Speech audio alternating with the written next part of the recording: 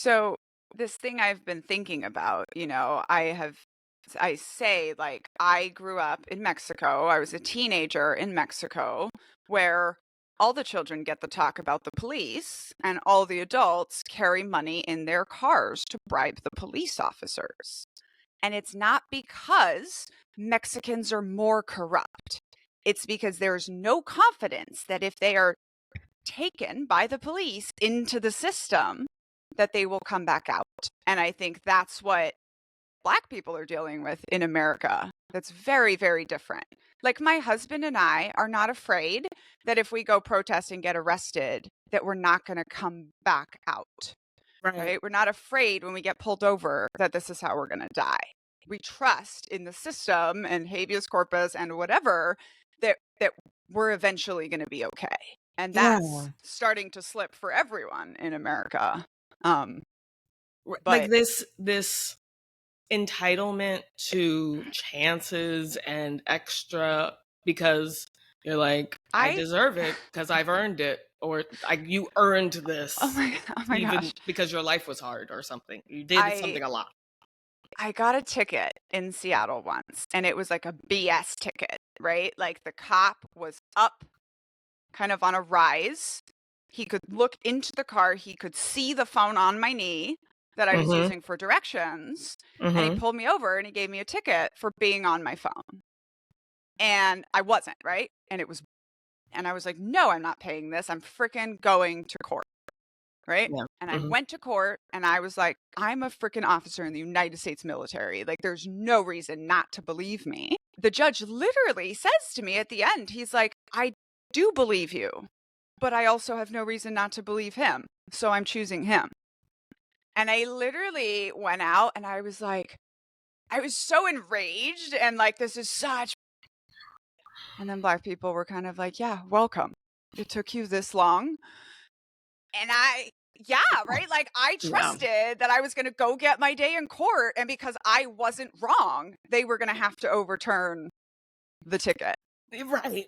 Like you feel like people are beholden to this. Like, you know, this is this is right and correct according to your rules. So why? And especially with the autism brain, right? It's This like, message that we're told in white supremacy, like, don't break the rules and then you won't get in trouble. And right. it's like, no, I wasn't breaking the rules. But And I also, still got who in made trouble. the rules? Yeah. What were the rules? And retroactive rules are always going to be used. And it's like, well, you have to realizing at the end of the day, there's just people, and there's just a dude. I'm not going to get into the whole judge thing, but like you Right. are believing our belief and the betrayal trauma that can kind of come when those lives are stripped from you, or you don't realize and you've earned all this stuff, and then something just happens and you're like, I have been I'm gonna call the police for whatever, right? I'm gonna call the police. Like that sense that there is some higher system that is gonna come in and go, well, 1 + 1 2. Yeah. So And even look at though it objectively and, even though that guy looks just like me, you make me uncomfortable. I have to see this guy probably tomorrow. That's a man named Steve who wants to follow the rules, but honestly, just like you want to follow the rules, sometimes it doesn't feel as good, and so they choose the thing that feels better, which is their friend. It's like how many? They're just people. They're just people. Judge? No, oh, he's got a dress on, and just put a wig on him. We make fun of the. He's gonna go do when be Bob or Steve or Jim. Like, oh, he's got all those papers. He's got And a we have to fancy stop. hammer. Yeah. Well, decorum in the court. Everything is wrong about this. You agree, he agrees, we all agree. But my hands are tied because a paper, a precedent. Listen to what you're saying. Has it happened before? I don't know. Is there a paper written where some other guy has made this kind of decision for me, please? And if not, what can I do? I don't want to make it. Yeah. What are you talking about? And they will always choose what is easier for them. Also, That's his job. How much do you care about your job? Right. And when you go to But that your job, don't you do things that well, and yeah, but that you was my gotta, point. When he's like, he has no reason to lie about it. I'm like, he does. yeah, His job he does. is to give tickets. It's a thought terminating cliche for them. It's like, this is why I'm going to do the thing that Oh. keeps me more comfortable and in better standing and reputation within my group system. Mhm. But that's why I don't really call it a privilege. I don't see it as one. Well, what ends up happening, right? Because there's going to be, if like an ego death or a betrayal trauma one day when you realize, oh, this really was set up just for a few people to be Mhm. what they're not even comfortable. They're just more comfortable that other people are experiencing something they can opt out of. Listen, rules are tools. What is done with the tools is what we're going to, but these are the master's tools. Terrible, terrible. They said those Mhm. people made up they made it up, and we are going to them asking them to please use those rules to let us be free. You're asking for your freedom. That doesn't make sense. And there's like a lot of different quotes about back in the day. It's like, you didn't give anyone freedom because you don't have rights to take them away. You did Yeah. not turn people into, You and this illegally is a took people's freedom. yeah, you Right. took their autonomy in a sense because they found it anyway. They had it anyway. Even when the people are in a cult, it's not that they don't find ways to see, they still are themselves, even if you don't think those people are still themselves. There's an authentic self underneath all of them. Mhm. Even, that doesn't go away because you are conditioned. That's, those are all people. I just, and it's about dividing, in my opinion. Divide the people who are like there thinking they have to be from those who want to be there harming people, because there are people in the group who are there knowing they can push certain things and use emotional dysregulation to their benefit Mhm. and say, oh, we have to have a mask on and shoot people, right? But then there are people in there like, we have to have a mask on and shoot people. Those are the people we need to go, no. But you can't lump, I don't know, man. I struggle with it because I feel like privilege is paralyzing you. It's being pampered to paralysis. You just are told, Mm. call the police. Yeah. My husband is beating me. Let me call the police. Who's most likely working that? What do And you think he thinks? that's what I think has really been bothering me about this whole kind of like white people panic on the left right now. I'm like, Yeah, yeah. it's very white privilegey and American exceptionalism because Hmm. like people are already living and like literally white Americans don't know what to do because they've never had to fight. Right. We've generally have had systems that have worked for us. I was 35 freaking years old when this thing with the cop happened. No, it's probably 33, but still. Um, Yeah. um, there's another thing I need to talk to you about, Rebecca. Hmm. Um, I have just discovered that I don't know the difference sometimes between things that are AAVE and things that are army culture. And I've done it twice now, so I know, like I get it. Hmm. Uh so the first thing is we will use in the army, so what had happened was, and that's kind of like our Florida man, right? Like our Hmm. like soldiers will be soldiers will do silly things. And so I said that once in a video and people were like, "Ooh, don't." And so Yeah. obviously I stopped. And Hmm. then just last week or 2 weeks ago, I said we been knowing or we be knowing, which is also an army thing and it's also like an intel thing. Hmm. Um and again, and black people were just like, "Oh no." And so Yeah. now I'm like I don't know the difference. And one thing is interesting. It's because like the military does throw the cultures together in a way that doesn't authentically happen Hmm. regularly in the US. So it like makes sense that that stuff has been pulled in. But it's just making me realize now anytime I want to use slang, I'm like, "Oh, I don't, like Yeah. I don't know if I should." Not a huge Well, problem. I'm just saying that like this was that's interesting one of though. my realizations.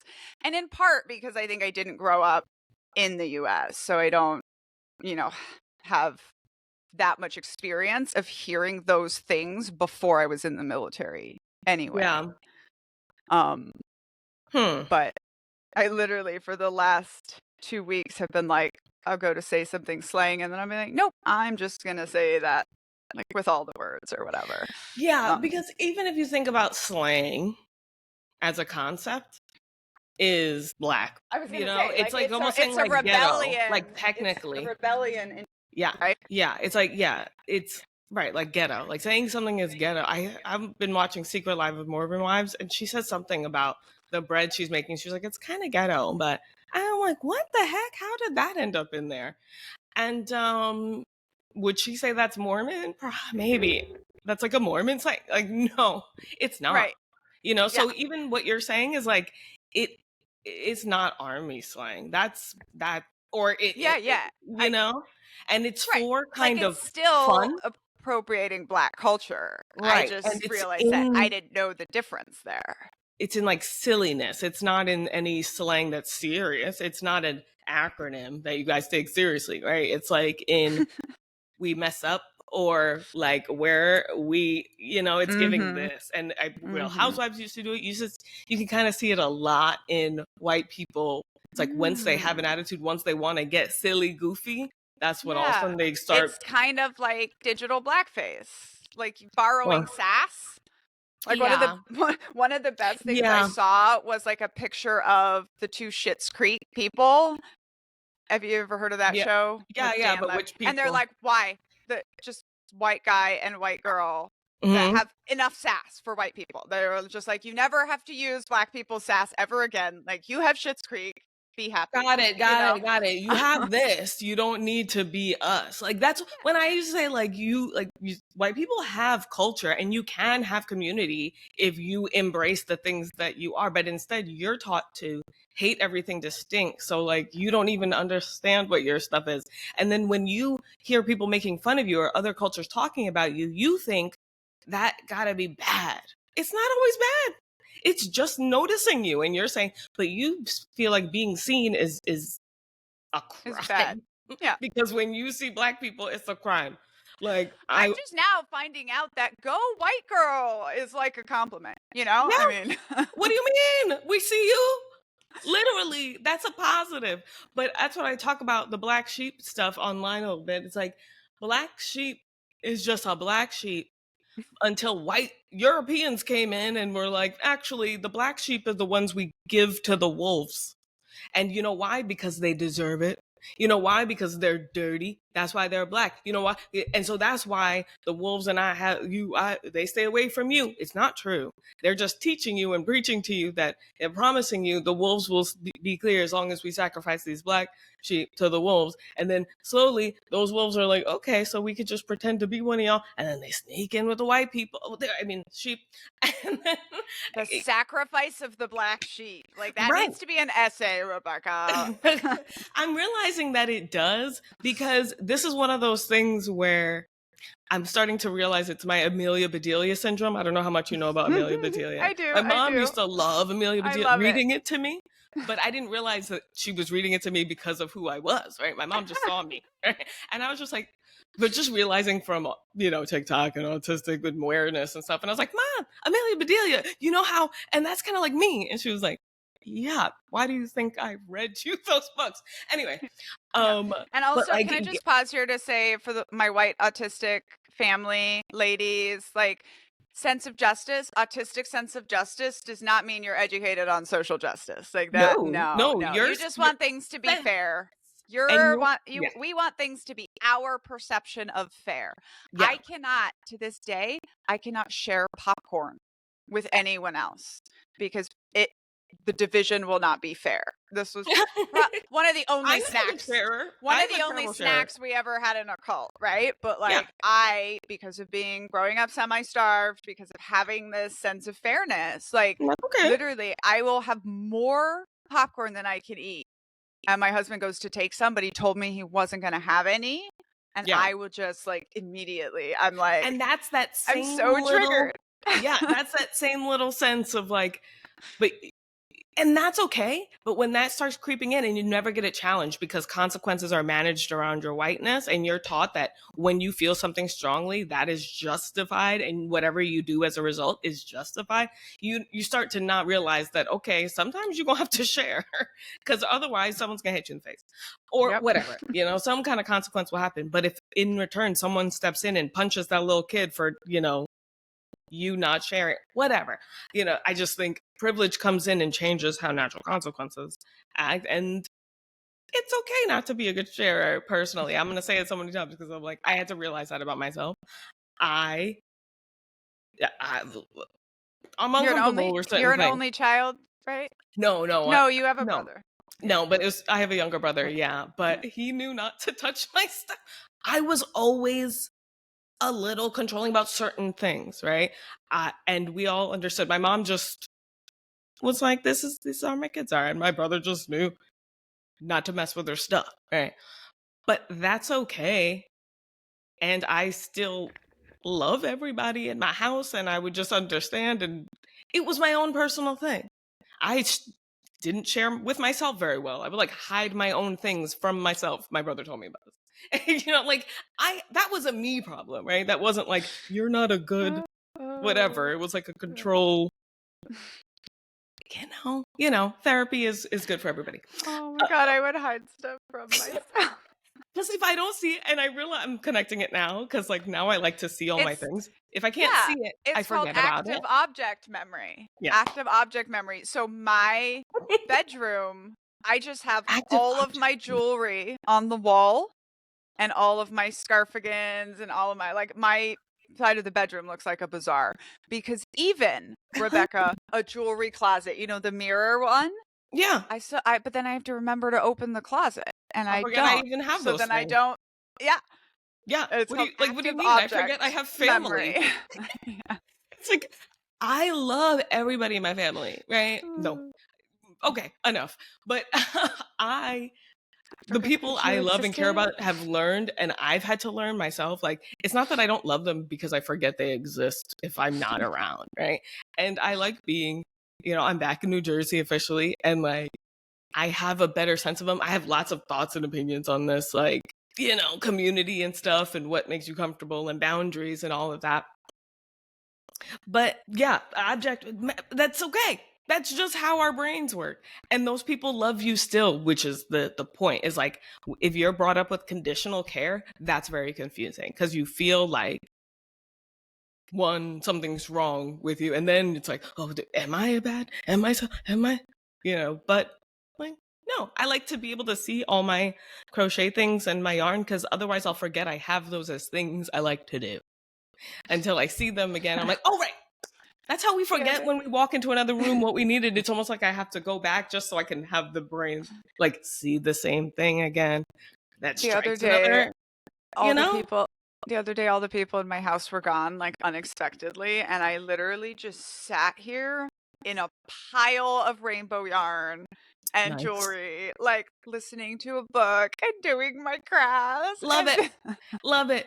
And it's like, And I was like, I can't explain how happy this makes me. I'm just like covered in bright, colorful yarn and all just your like, things. It's like, that's why I like to be at home with my stuff. It's where all my things are. What are you saying? That's, once you start to actually enjoy the things you do, seeing them and being around them, it's like there's a difference between messy and dirty, right? Like, things may be around and messy to you, but like, to me, it makes sense. I like the colors. I want them around. I don't want to pretend I don't exist and have to like physically go get something all the time. Have you heard of the living room kids? Somewhat.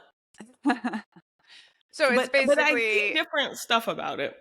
So it's basically millennials, and this might be a white millennial thing, right? But like they spent so much time in their rooms growing up. And so when we have our kids, we build them these super awesome rooms, and then Mm. they don't hang out in their rooms. They hang out in the living room, and their toys are everywhere, and our living rooms are a mess. And there was one woman, she wrote this thing, and she was just like, I just realized I have living room kids. I hung out in my bedroom because my living room was not safe, was not a place I wanted to be. Basically conditional love, right? Yeah, yeah. And like our kids are living room kids because they like to hang out with us. They And like to being be in seen the center of the family. and being seen is not dangerous. Right. Because if being seen is dangerous, it just Yeah. presents some danger. It's like when you feel It's a like going little outside. it's a little messier. Our Yeah. living rooms don't look like showcase living rooms like our parents' did, right? But Living like in it. What's a living room for? Doesn't make any sense. Like, what are we doing? Where those, My having couch a my closet couch full of has things. literal stab marks, literal stabs and slices in it because it's craft house, and, like, I just have this nice quilt that someone sent me, just covering it up. I'm like, "It's Who, like, fine." who all this stuff for if it's Like not for like, you? the plastic couches, right? The Yeah, plastic cover on the couches, like, who were you saving it for? yeah. And, No, like, yes, we did talk about this because I remember showing you the picture of I grew up oh with my a gosh, grandma with a yeah. plastic couch. And the fancy china and, like, Same. Yeah. so in our last house in Seattle, I had, like, the whole dining room set up, right? And, like, the fancy china that we use once or twice a year. Literally, we moved I out, don't we had the get house it. staged. They actually used that space for something, and it was so much better. And we made this rule. We like moved in here. When we moved, we were like, every single time we have a visitor, we're eating on grandma's fancy china. Like, doesn't matter if it's our best What friend, makes doesn't it matter. fancy? Right. But it's like, it's not right. It's just What is nice it? from these previous generations. It's this basically goes back to like China, like serve like a China service, like a pot and fancy plates and blah blah Yeah. blah. And it goes back to like a dowry, right? Like this is like stuff you brought with you to make your home and to have to run away with in case you needed to.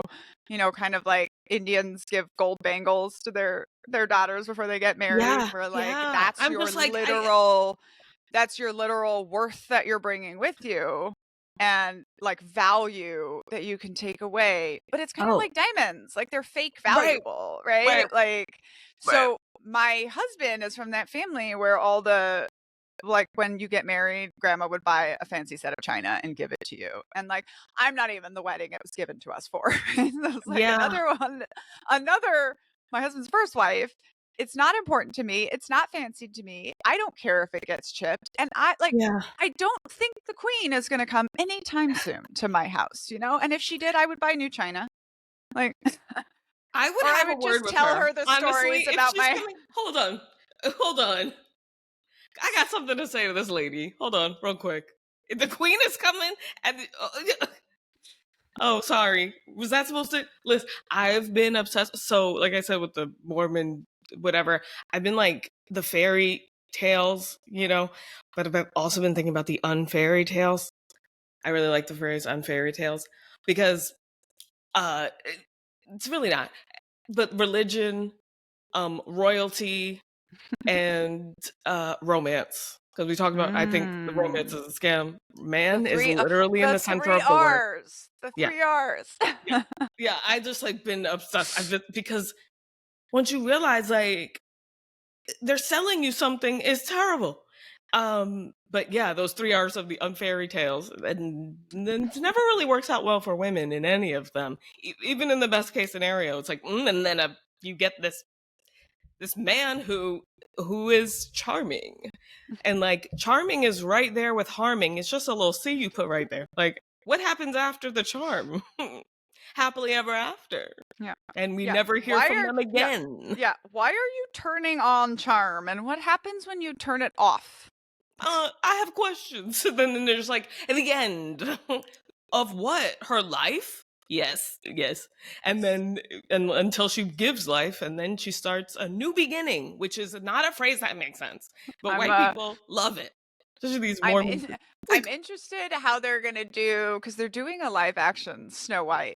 And she's not white. She's my Oh, Brazilian host daughter said she's the same color as her, which depending on what country you're in is yeah, anyway, I mean, she's she's like not a black. kind of She's not racially white, but nondescript, she's not black. racially nondescript. But Yeah.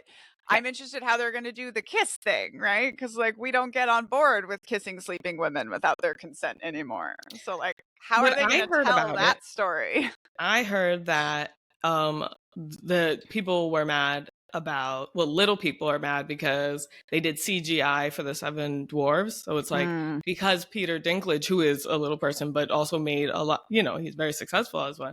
I just like TikTok is good for some things. Again, it's like I just like hear this conversation from a couple of them, interviews, like who are in the business, where like that would have been, we would have been hired for that, but instead, because one guy got on a podcast with a comedian and said, really, oh, you're going to be all progressive and make Snow White isn't white, but you're still making the story about dwarves, huh? I bet you're still doing the, and they were like, so they were like, CGI.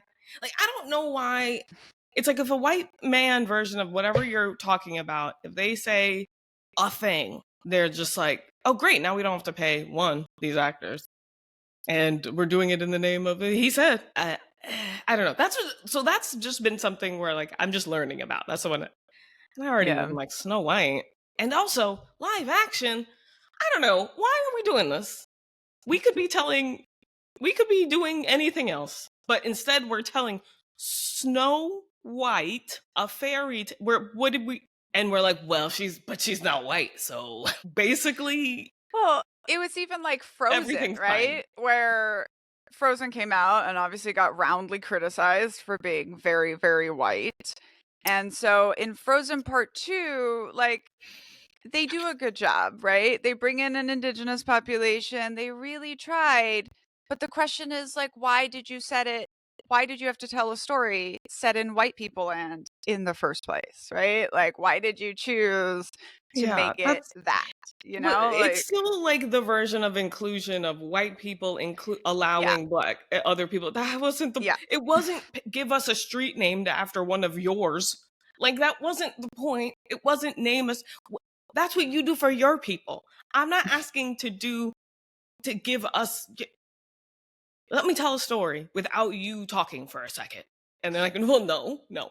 We're saying how do we do our thing, but make black people shut up about it. And like, that's never gonna fix anything. You're just shape shifting, and then patting yourself on the back for doing something that makes some people a little uncomfortable. Great, like a black person Yeah. wouldn't need to do anything. Just let black people make stuff. And that, like, to me, it's been so incredibly educational having like these new shows come out that are obviously like made by the younger generation, like written by Black people. Mm-hmm. And it's like we've only seen the tokenization, we've only seen the white man's version of how the Black person gets to show up. Yeah, whose And gaze has decided what good is? Those guys? I'm sorry. Why are we? And then we're asking them to please. That's not what we're asking. Is please include us. And it was like, well, maybe we are, but like, no, I'm not yeah, anymore. well, Right? Because you're not saying please include us in your story. You're saying get out of the way and let us tell our own yeah, stories. yeah, Like give us some of your money, really. But they're it's not going to do that. So I mean, that's where I'm at. I've dealt with this in being told like you can't tell your story. Like you can't put pedophilia on the screen, right? You can't put pedophilia on the page. And I'm like, you can. You just gotta let those of us that it happened to be the ones to do it. Oh. Like Because don't they're put it on the uncomfortable for page 2 through your seconds hearing freaking about it. gaze. Oh my gosh. And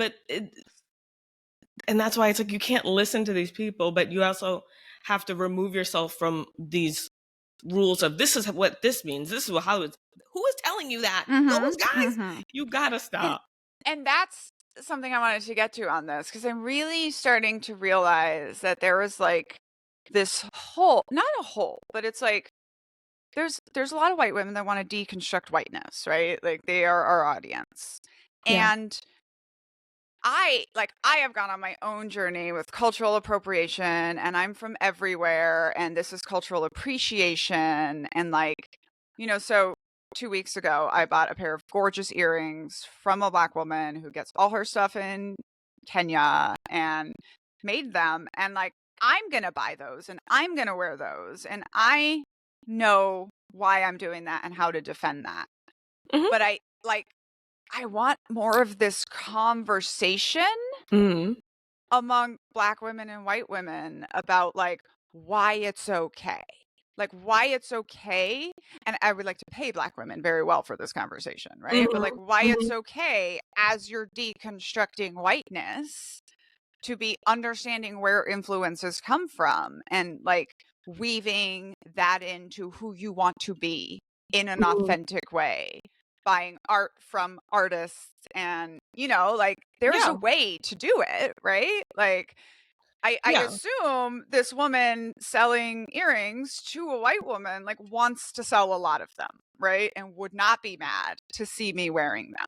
But Yeah. most of the white women I know wouldn't wear those because they would be like, "Oh, that's culture." You know, it's like they're Right. too scared. White women are too scared to even have the discussion, to stand out, to maybe have someone from a distance think that you're culturally appropriating. But see, It's all that's of what that is mixed in, you know, and see, it's all and the who's whiteness. telling you? Who's telling you that this is happening either? Like scare the fear Yeah, of being like this is I think what white women have to get into because it's not about also I wanted to say because you said doing it and defending it. I would say skip that last part.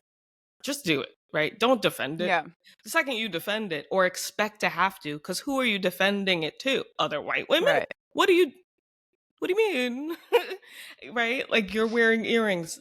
Like do the earrings say I'm a Black woman on them? And even if they did, that's an interesting choice. Black women have way more going on in their entire lives than looking at white women and judging if they should be wearing something. That's a white people activity. You're putting whiteness on Black women. You're saying that they're going to talk about me. What? And who says Yeah. they're not already? Why do you think that you get to decide what's the, it, it's all hindsight thinking. It's you're too forward. It's like this anxiety focus and this also retrospective thing. Like I would look in your past life self and be like, what was I wearing? Like what happened? Nothing. Yeah. Nothing. If anything, she's gonna say, where'd you get those? In the worst of cases, I Uh, just don't know what people think Black women do regularly with their lives. It's like, do you know how much we have Well, we going don't on know. We and don't how many know because we've degrees? never this is what I think is part of it, It's just right? very like It's self. because we are just now, right? Like with TikTok, with social media, right? We are Hmm. just now beginning to hear Black women's voices for the first time in our country, like at a high level, right? Because And that's the are whole we? thing of the gatekeeping Yeah. and of the glass. No, like it's been out there. I'm Yeah. just Yeah. saying, like it Yeah. hasn't been. I feel like you had to go look for it, and it Hmm. hasn't been right. Like if Black women are not being published at a national level and being given the full treatment and all of that, then we're Yeah. not hearing it. See, And and so I that's really think yeah. that like Black women have such an important perspective on the American experience, Hmm. but white women are not hearing it. Yeah. And Right. that's on us. Like that's on white Right. women. That's like I'm just trying to solve that and be like, how can we make this conversation like these conversations that you and I are having, but like how can we do that more? Just We more. I just don't keep know. doing it, right? We have to just like be the change we want to see in that situation. There's no easy answer. That's what I realized because I Yeah. thought, in a perfect world, I thought, look, I make this page called White Women Whisper. And then, of course, millions of people are going to start, even as I say it, are going to I follow know. me and see I how know. great of an idea this is because they're all saying they want to listen and learn. They're saying we're asking, we don't want it. All the things you were saying they're looking for is this is why it's okay. Da, da, da, da, da. And look what happened. Mhm. That's why you're not Yeah. hearing it is because white women don't want to. And I think that's where white women can find community and figure out who does and how did they become one of the people that wanted to. How can we do that more? Not necessarily have more conversations with Black women because they're happening. Like you found me, I'm trying. I've been trying for 4 years. Yeah. And I know others and I've referenced others, I've posted others. But what happens, right? And Yeah. it's that culty silencing that white women think they are victim. They hear this and fear. I'm doing this, and who should be afraid? Me. My message might get further if something happens to me. And I'm aware of that. From the day I became like more viral, I was like, well, now officially. And maybe, and what I'm thinking now, I made a whole video about it, never posted it. But like, I'm thinking now, maybe not. How many Black women have to die? We say her name and then we forget her name. Yeah. But Yeah. so I don't even know anymore if that's actually true. So, that's where therapy and, all that kind of awareness comes in. And I'm not that important in reality. I'm just trying to be impactful. And that's what I need white women to get a little bit more in their impactfulness and realize they're already being impactful in how they react or do not react to Black women who are currently speaking. Right? It's happening already. What is happening? We need security. We need white women to play security. We need white women to interfere and in between other white women. Know that there are differences between y'all. Don't give every single one of them the benefit of the doubt because you identify with her and not the person trying so hard to reduce harm to her community, which includes you. She includes you in her community and you go and harm her. That's what needs to be, because you'll hear us. And I think that's how you can, like, your silence can amplify and you can silence others to amplify my voice. When they come in and say, you don't just sit back and go, oh, she gonna handle him, because she's really good at this. She doesn't need my help. I do. Or I'm not gonna ask for it. I know I can't. Look at look at what happens. Because the second I push back on that lady, here comes 3 more that pop up. You're like, whatever you think happens with gray hairs. Right? You pull one and a bunch come running. You have no community without someone to be against. And that is so dangerous and is how we got here. Right. And not seeing Black women as like, and I think it's been out here, and I understand it too, because I didn't even know who Octavia Butler was a couple of years ago. Never even heard, so as much as I speak about things now, it's like, this didn't get to me. So what do we do? How can we get this information to more white women in a way that is less harmful to Black women? Right? Like how that information part of the culty existence, how can we break the seal, focusing on like cracking the sacred assumption and have them realize, I don't listen to Black women. I say the words, listen to Black women, but when they speak, I am waiting to tell them what I think about it. When they're talking to you, they're talking to you, like at you, as a community. You don't answer for or you, whatever, And also, white ladies, we literally mean listen to Black women. Parable of the Sower is free on Spotify Premium. You can start listening to it today. Is it? Yep. I mean, it's like with premium. Yeah. Her heirs are getting paid, right? It's right. Wait, is she's passed on, right? I think. Yes, I believe so. So it's free to listen to. We can listen to it, and it's audiobook.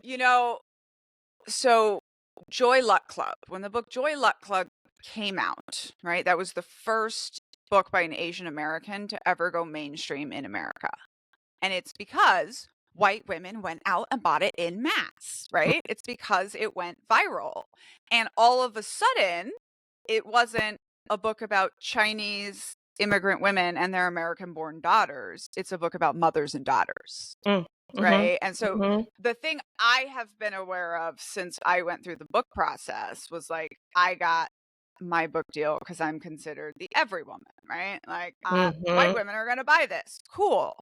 And it's like, part of my mission, I think, is getting white women to understand, like, it's not niche if you go buy it. It's not niche. If we all go listen to it, like, it's not niche, right? The lessons apply to everyone. Like it's been there the whole time. But that's right? it's been there right?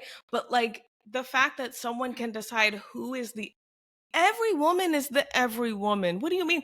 That's how I end up, listening. What I was actually when I did my drive from Chicago to New Jersey, I actually listened to some of our episodes from early on. It didn't feel as anxiety provoking to me, but I guess there was some because it kept me up. Like I was I Whoa. was like, oh my God, who is she? Anyway, and there was some really good stuff in there. I was like, oh, okay, she's smart. But she talked funny. She's got a lot to say. But I don't. Why am I talking about myself? No, I I mean, forgot what my I point I was. had a kind of embarrassing realization recently where I was like, yeah, I thought we were partners. I thought we were co-hosts, and now I realize like you are the mentor. You have been teaching me. You knew that the whole time. I mean, it's Like like I both. had deconstructed so much less than I thought that I had, right? I think. Hmm. And so now it's like when you're an army lieutenant, you think you know what you're doing, and then by the time you're a captain, you realize how little you knew, and you realize everyone else in the room knew that you didn't know what you were doing. You were the only one Yeah, that thought that you knew what you were doing. but it feels like that's like you're white. You're not supposed. You are held from this for a reason. There are things you tell me about cults and the literal, like the confirmation and the validation you can provide and the structure, that's all whiteness. And thank you for bringing it. That's the achiever, all that stuff. You being like, all right, let's do it. That this wouldn't happen without that. And it's realizing that in our cultures, there are things that are just more natural to it, right? Like the people part of being Black is so integral, and people awareness and the dynamic between people and understanding. And my special interest is that. I just didn't know that, right? And the Black and white. Like, what is the difference between these two? Hello, I was born, right?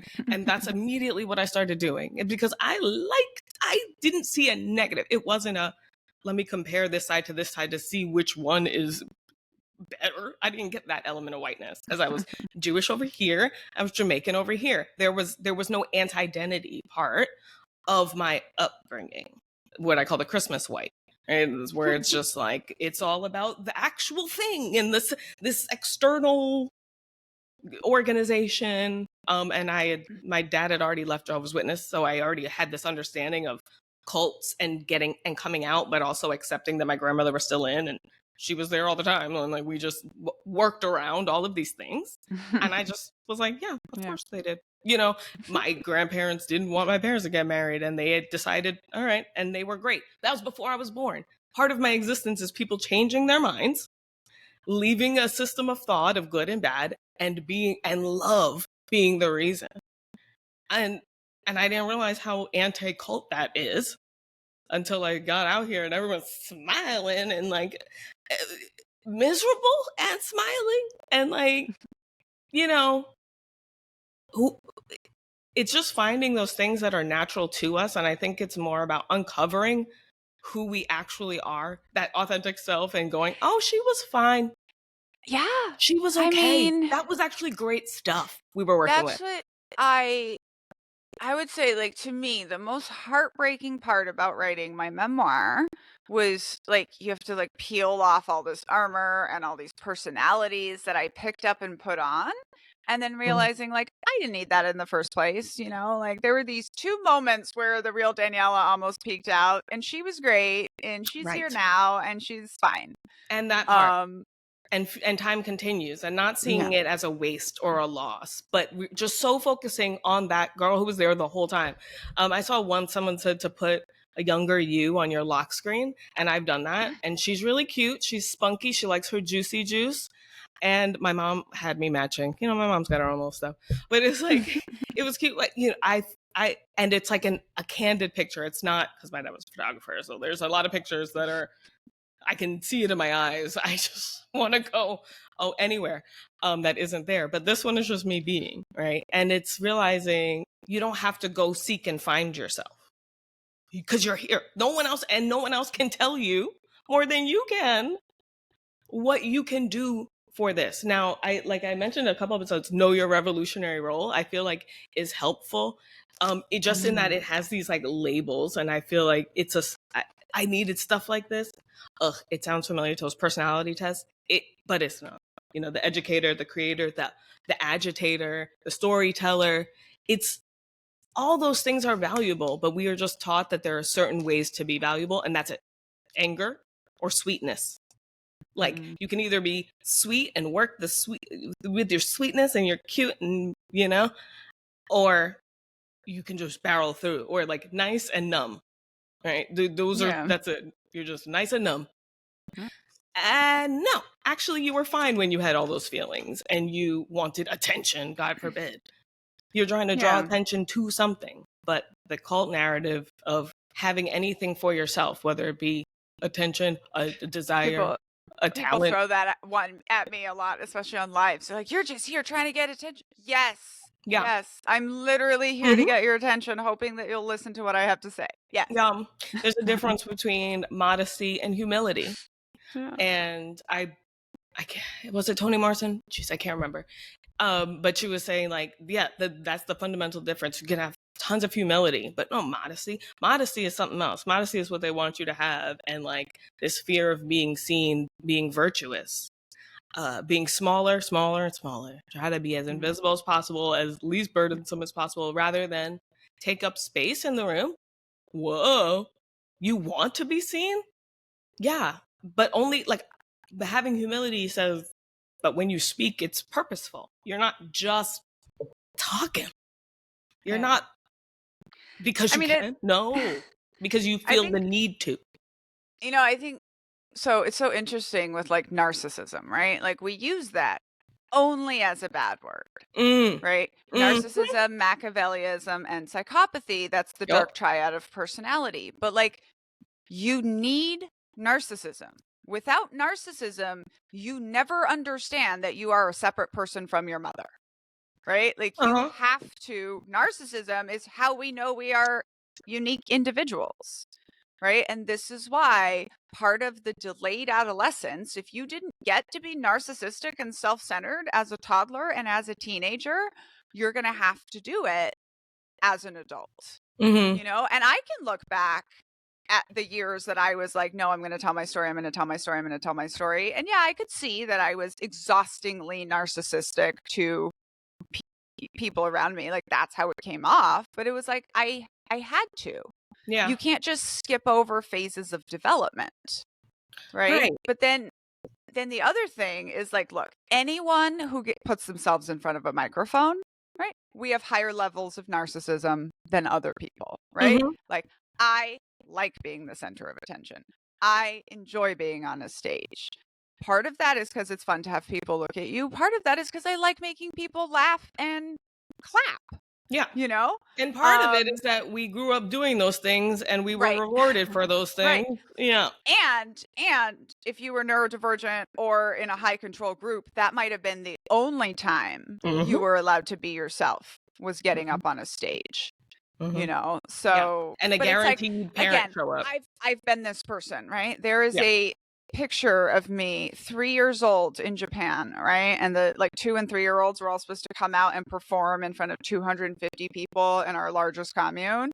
And literally they're all hiding because they're 2 and 3. And I'm just out there. Like, I literally came out and sang almost the whole show by myself. Yeah. And they got out there at the end. But it But was see, like that that. was because you. I wasn't, because I was being controlled all the time and made to shut up and be quiet and being hit Mhm. for that loud. And now you're telling me I can just go on a stage and scream at the top of my lungs? Amazing. Right. And it's like that was there. And, I used to pretend in my room in the mirror, and I don't know what I was doing, but I felt like one day I'd maybe have something to say.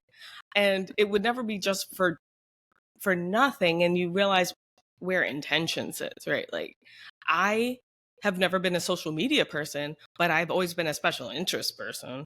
And when I like something and I find something interesting, I want to talk about it with people who I feel like will want to hear it. Sharing Yeah. is caring.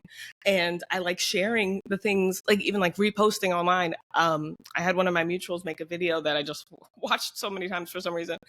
Because he had made a video. I thought it was interesting. I reposted it because I just think I like sharing things that are interesting. But he made a video saying with that decision, my video is going from doing well to really do like hitting places, and that really impacts me. And he just made a video to shout out me for doing that. It's like, that's nothing. I could do it. Takes me nothing. But it's apparently, people are skimpy and they're like, well, I have, especially with the more followers they have, and apparently this person views me as having like a big account and like big. I feel the same, but and that was natural to me, but it did something great. Like, it can feel like that. It doesn't have to feel arduous. When we come from this culty background of like virtue of suffering, we expect the right thing to do to be painful, and talking about these things to be painful. So like how we started with, I'm going to start buying from Black people, and your first concern is what bad stuff is going to happen as a result. And that's kind of like, what? What do you mean? Have y'all ever been around Black people? What is happening? No. Like, in what world do you think, how it's very like whiteous, just I don't know what it is, but it's very white woman centered to think. It's almost like when white women just like jump in the middle and start dancing, and they're like, they've seen it in the movies or something, and they think we're about to, and sometimes we will get on, okay. But sometimes it's like, all right, you really thought you ate. Like, you think you're doing as well as everybody else? That's funny. I don't know. There's different levels of it. But no matter what, you're fine. I'm just laughing because this weekend at bowling, a 10-year-old Black girl told my white husband to stop dancing because he was embarrassing everybody. See, listen, she was helping. I don't know. Helping. Like, you know what I mean? Like, in community, if someone's going to tell you about something, it's you're welcome. And also, like, it was fine. And also, it was fine. It was in love. It was funny. It was. What, the community is going to interact with you? Is that scary? Then please don't buy it. Like, also, don't buy it if you're scared. That's weird. I don't think you're ready. Yeah. Because also, your money isn't. Okay, yes, money is something. But that's really not what people are. That's not going to change the state of the world. The thing that I'm the most afraid of, I think, is kind of like tokenizing, but in the opposite way. Like, I have realized that I know so little about Black people and Black culture and Black women, and that they know so much more than I do about the entire American experience, that I almost feel like I'm guilty of kind of like being a bit worshipful. And that also feels token, so I'm just trying to navigate that also. Maybe right? It's like one of these pendulum things. I literally feel right now, like, anything you don't understand, go ask a Black woman, right? And like, but I was sad about having to give up country music, and then I was like, Black women write country music. I'm just gonna listen to that. Done. And it's been great. So that's fine. But like, it's just but that's what I mean. I'm just like so in that. Me too. Realm of like learning so much, and I'm just like conscious of being new, I guess, being new. But you still keep, just make sure it's humanized. It's not like saying any Black woman who says anything ever is just like, God, like, I don't like Black queen and stuff. That queen's y'all. I get it. It's fine. If Black people say it, obviously you leave it alone. I think and you understand boundaries as a concept, and that if you hit one and someone says, you just listen to that. That's literally, I'm sorry. I'm sorry. I won't do it. Yeah. Because we do it to each other. And when you're in the Black community, we be fighting. But we're never, but often it's not really fighting. It's conversing. We just be loud, and it sounds like fighting. Maybe that's what white people are scared of. They hear us and we're loud. We're actually just speaking. When you never want to be heard in the first place, no matter what, you'll always be too loud. When they don't want to hear you, your voice will always be too loud. So like, get over it, You need to put that on a t-shirt. I feel like someone's, I heard it before, but it's just realizing people do want also, if you can't ask questions, it's a cult. And I didn't realize when I said that people, it's like another one of those things that people are really, it's another Amelia Bedelia thing where I'm like, duh, guys, I want to just do more maybe of that. Just the black sheep thing. It's like, they're just black sheep, but here, white people, and you're, the whole navigation of why y'all hate them so much. They're just black. It's a very good analogy. And so many white people came into it realizing, oh my goodness, you're right. Like, it didn't, being a redheaded stepchild, that's just a person, you guys.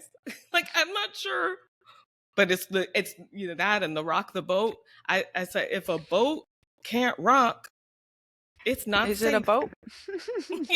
I think it's at the bottom of whatever type of water you're in. You need to get out. Jump. Can you swim? Get a lifeboat. Something. You got to start looking for ways out. If they say don't rock the boat, you got to go, because that's not a boat or something. They're lying. But it's sometimes, it's like the answers are so simple. Just like when I said, "Why am I talking?" That wait video I made. I'm like, this is what y'all wanted. This is, but it's what you needed. Like, I didn't realize how, I thought we were going to start conversations here, but that's my privilege in a way, right? To think they are ready to listen. Is that a privilege? I don't understand. But like, I really thought when white women were like, Black squares, we are ready to listen and learn, that they were, in fact, ready to listen and learn. But they were more like, hey, this is what I feel. Constantly surprised by that too, though. Like, and maybe it's the autism, and maybe it's the cult thing. Like, because it's giving me Netflix and chill. Like, you're lying. I didn't realize you were lying when you said Netflix and chill, but we're all supposed to just know that means actually this other harmful thing. Yeah. I mean, maybe not. Yeah, yeah. You know what I mean? Oh, yeah. I think that's like that. What I'm trying to say is, I have also believed that white women want to learn.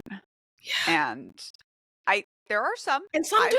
And then I found many of them, but there are so many more. We are here for a reason. There are so many more that constantly surprise me. And I think it's because you realize, right? Like, yeah, if you start rocking the boat, they might throw you out, right? Like, but there's so many more, I think, of us that wouldn't do it, but we're just, and again, I'm going to bring up the Mormon wives thing, is because you really see group dynamics play out in the group of friends. Mom talk. It's this, are you in, are you out, depending on where we all stand. Majority rules. I need us to ask, what rules? Majority rules. And we're just all like, yeah. Yep. There's one person, and now every decision. We should be doing ranked choice voting a lot earlier in life. But we went majority rules. That's just a phrase we use. We don't even know what it means when we use it. Sometimes it's like voting for everything. So they're voting amongst each other. But there's so many, you need alliances, right? If you have an alliance, you are much safer off. But then what if that alliance says, I got your back, and then they don't got your back? Do you guys know that's not how friends work? And this is white womanhood. That's why you're so scared of us. I don't think we know that this is friendship. So you think if we're scary, like, it's gotta be so. I'm just gonna tell you, if you have a book, like, we're not gonna do this anonymous truth telling. We all submit this thing about another girl and no one knows who wrote it. That is so scary. And they're all smiling, and they're doing it for you and the friendship and for the good of mom talk. Mormonism, just replace it with whatever bigger goal. I just think, and it's not technically wrong, because I didn't do anything wrong, and I didn't do anything wrong. There's something about rules and the wrongness and whiteness, the self-righteousness about the rules and who's wrong, and just don't be that. And as long as you're not bad, good enough. But that doesn't mean you are a good person. Just not being a bad person is enough. So you can be one of the silent ones on the side who technically agrees with the person being attacked, but thank God it's not me. And they're just like, I love it because it's not me. Now you love it. When if it were you, you would be feeling traumatized. It's something you're going to talk about for 3 years. But like, when it's not you, it's great. That comes from some sadistic stuff. But when you go into a relationship with all of that as the expectation, and there's all this smiling and loving and glamour and like conformity and consensus, and we all agree. I've heard that one a lot with the white women too. And we all feel this way. Stand up.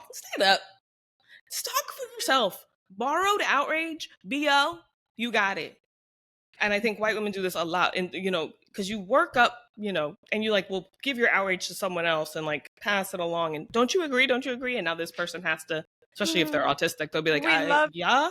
And now we you feel love like to you be have to. flabbergasted.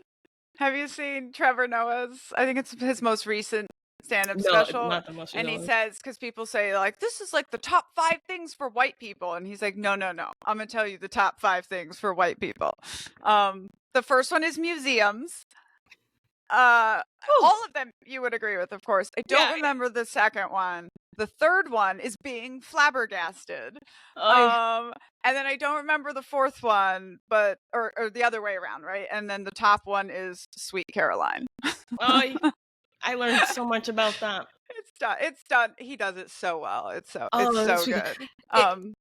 Yeah. It's And it is the outrage, right? Like it literally, white people love to be flabbergasted. To be like, who would do? right. Well, that's why you can't have pedophilia in a book because people be flabbergasted. Because it can make them upset. Because I had to realize. Guess what makes people upset? Being a victim of a the pedophile. first time I share my story, right? Like it's in Uncultured, I write it down and I'm walking to bring it to my boss. And like the only feeling I felt was guilt because this man has 4 daughters and I'm about to ruin his life. And, I had to realize that it's okay for adults to feel uncomfortable. And like, it's not 6-year-old Daniella's responsibility to protect grown adults from what grown adults do to 6-year-old Daniella's. You didn't care about ruining your, and I think we should challenge the ruining people's life thing. Yeah. Because cops love that. Your life is over. Ruining your life. Your life is over. That's some white people stuff.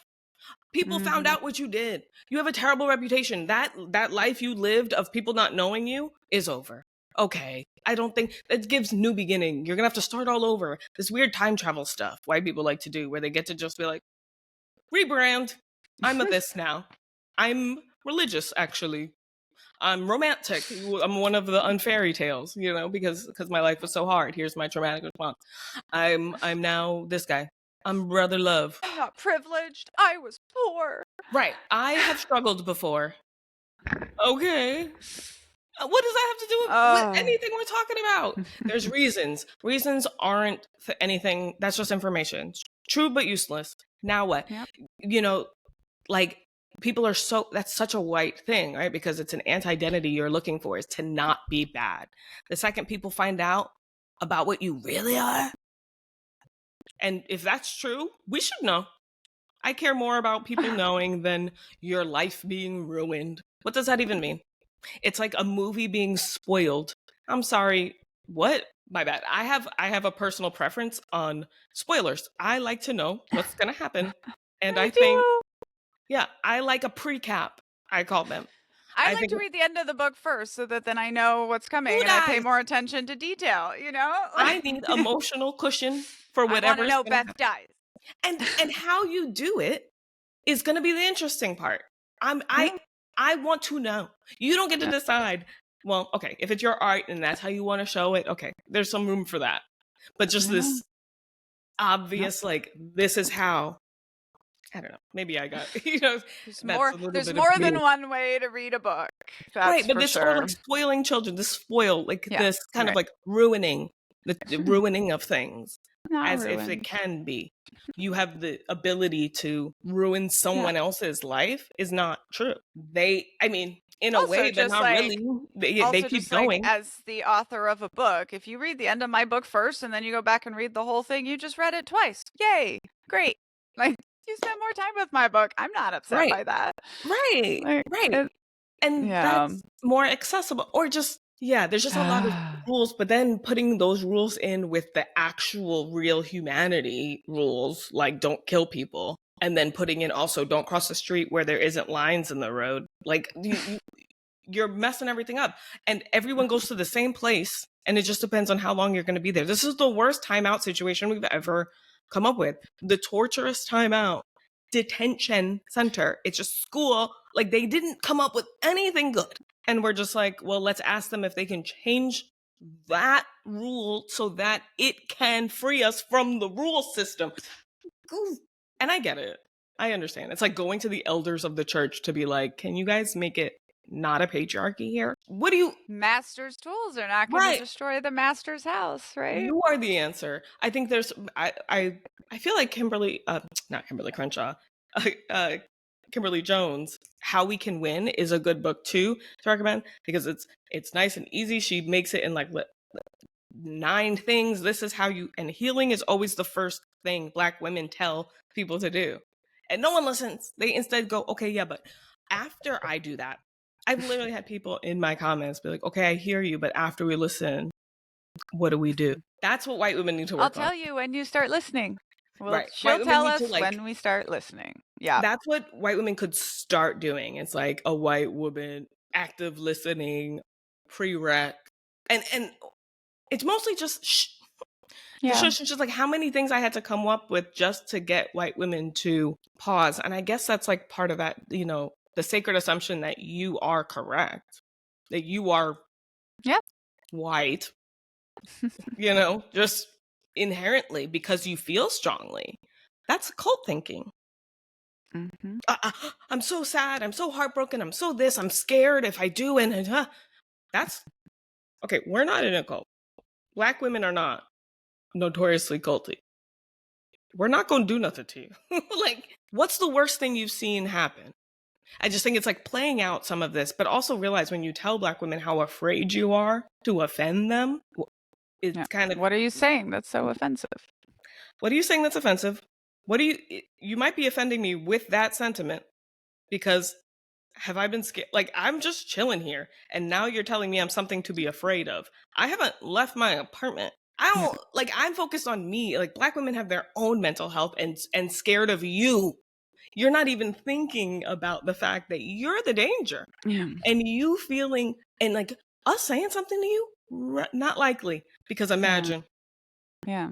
imagine But something we would also, say that what your reaction would be. No, no. and like speaking of Black women's mental health, we've talked about this before that like Black women have one of the lowest rates in the country, including in the military. So we are watching, I think Same. this is a cute story, you'll tell me. So we're watching Blues Brothers, which is obviously satirical, but anyways, they're at Black church. Mm-hmm. And my kid is like, why is everybody Black? And so we explained, Black church and white church. And her thing was like, that seems fun. Mm-hmm. Right. And of course, it's exaggerated. Right. But I Yeah. was here watching it as someone that doesn't have a bone of spirituality in my body. And my mind hasn't changed on that. But I was like, I don't think this God that they're singing to is real. I don't think the spiritual stuff, but that community, that's real. How Yep. good they feel dancing with each other, that's real. Mm-hmm. How they can depend on each other, how they can just have fun, the way you feel when you're just chanting and jumping and not caring how people are looking at you, like that's real. Mm-hmm. Mm-hmm. It isn't being used as a weapon, right? So, you know, tools aren't always, like you said, a hammer can be Yeah. Yeah. used to hurt a person, or it could be used to set up a shelter, right? Yeah. And if you have a limited ability of ways to even communicate with people, and this is acceptable, and white people leave you alone here, you gonna go there. All right. And Yeah. I haven't been to temple at maybe ever as a Jewish person, but I went to church a few times when I was dating someone who was Christian. And I went because it was like, I like this music. But my mom also, I learned about Kirk Franklin from my mom. My mom just enjoys good music. As a Jewish lady, she had Mary, we had these gospel singers, mainstream gospel just playing in the house because she thought it was great. It's not, it's how culpable also are you as a person when you're in community. That's what has to be addressed. Mm-hmm. White women's desperation for rightness and like the right thing to do and the wrong and avoidance of a bad, and realizing you're fine. Like, you've actually been fine the whole time. If anybody needs to be worried, it's not you. You're okay. Yeah. But the crying isn't necessarily straight. Like, it is manipulative, but it's you, like you are manipulated. Yeah. You know, it turns you into a crier or a liar, and it's to yourself.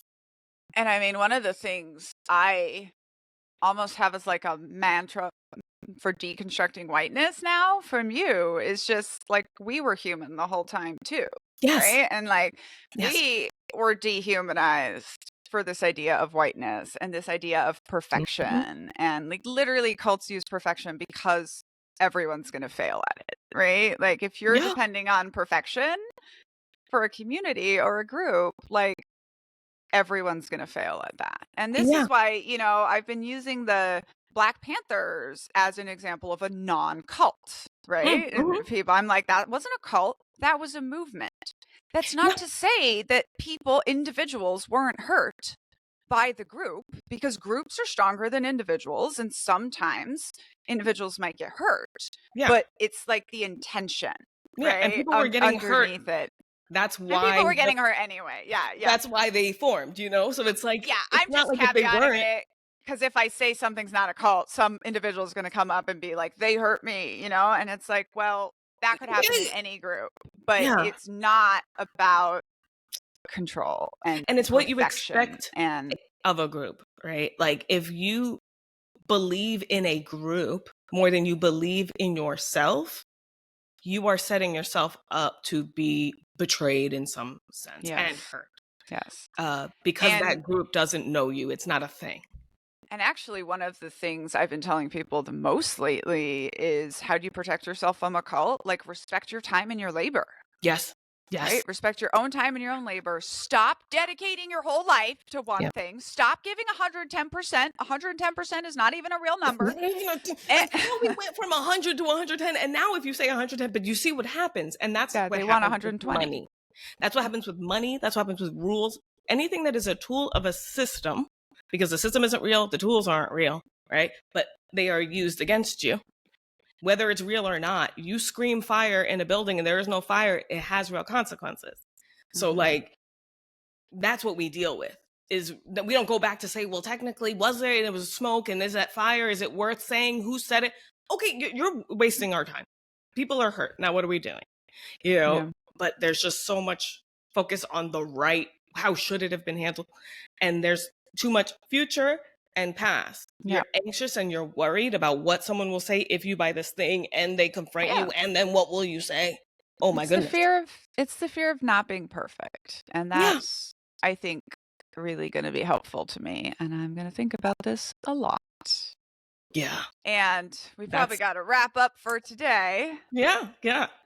Yeah, the fear of perfection. I mean, I really think the fear of not being perfect, right? Like that's the thing. And like you can only to talk about fairy tales, like I've been calling myself your fairy threat mother. I'm like, oh, that's what you're afraid of? Okay, boom, it happened. Now what do you do? And play it's it like out.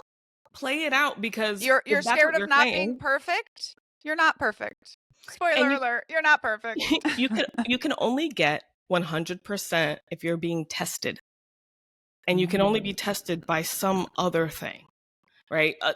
100%. We were given those things. We were said, hey, if you get all of this right, you get 100%. Here's your reward. Here's your thing. That's a trauma bond. Also, like, you stress and you got to get 100. You spend overnight. You cram. 100. Woo! Right back to the next thing. So relieve yourself of that. But some of us, especially, I feel like if we are neurodivergent, if we were gifted and talented, that desire for achieving a perfect anything, you have to kind of call the bluff on it and be like, oh, it wasn't real. Yeah. Sorry. It's like every time I hear of a child getting a perfect attendance award, I'm like, damn, you had to go to school sick. And yeah, and even if they didn't, all they did was go to school. It's very confusing. Like, best case, worst case, I'm not understanding. And the superlatives, I don't like those either, actually. Most best smile, best dressed.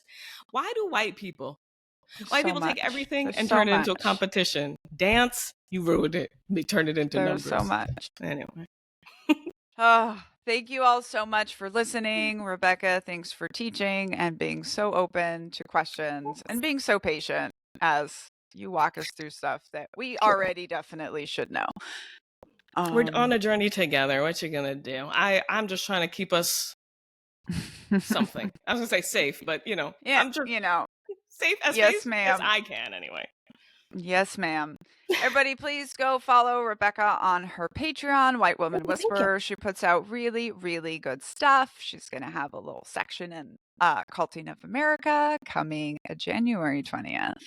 And thank you Oh, so it's much so for good. being here. Like and subscribe and tell your friends.